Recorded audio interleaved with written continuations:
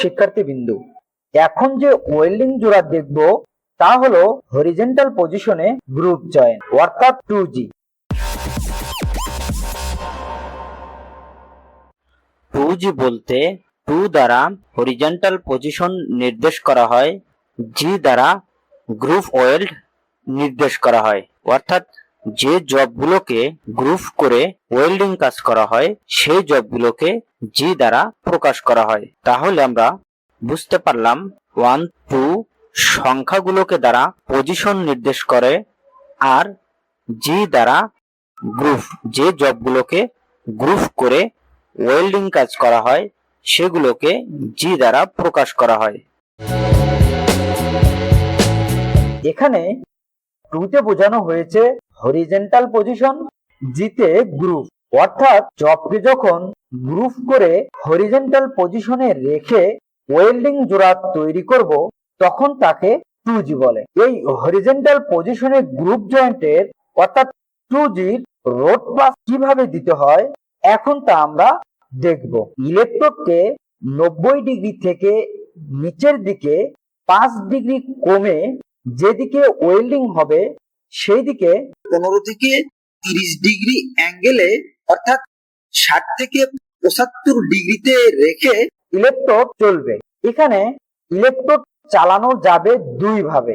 Electrode angle ঠিক রেখে road গ্যাপের মাঝ বরাবর স্ট্রেট বিট টানার মতো ইলেকট্রোড গতি ধীরে ধীরে একই গতিতে চালালে কিহোল তৈরি হওয়ার সম্ভাবনা অনেক বেশি, আর কিহোল তৈরি হলে পেনিট্রেশন হবে।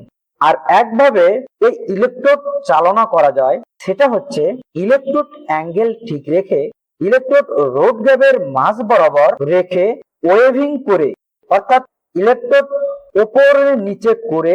একটা জিনিস খেয়াল রাখতে হবে যে ইলেকট্রোড চালানোর সময় উপরের থিকনেসে 1-2 গণা পর্যন্ত সময় দেব এবং নিচের থিকনেসে 1 গণার সময় দিয়ে ওয়েভিং করব ধীর গতিতে। উপরে 2 গণা পর্যন্ত সময় দেওয়ার কারণ হচ্ছে হরিজন্টাল পজিশনে ওয়েল্ডিং করলে ইলেকট্রোড গলে নিচের দিকে একটু ঝুলে যায়, আর এই ঝুলে যাওয়ার কারণে যদি আমরা উপরে এবং নিচে একই সময় দেই তাহলে উপরের অংশের চেয়ে নিচের অংশে ওয়েল্ড মেটাল বেশি গলবে।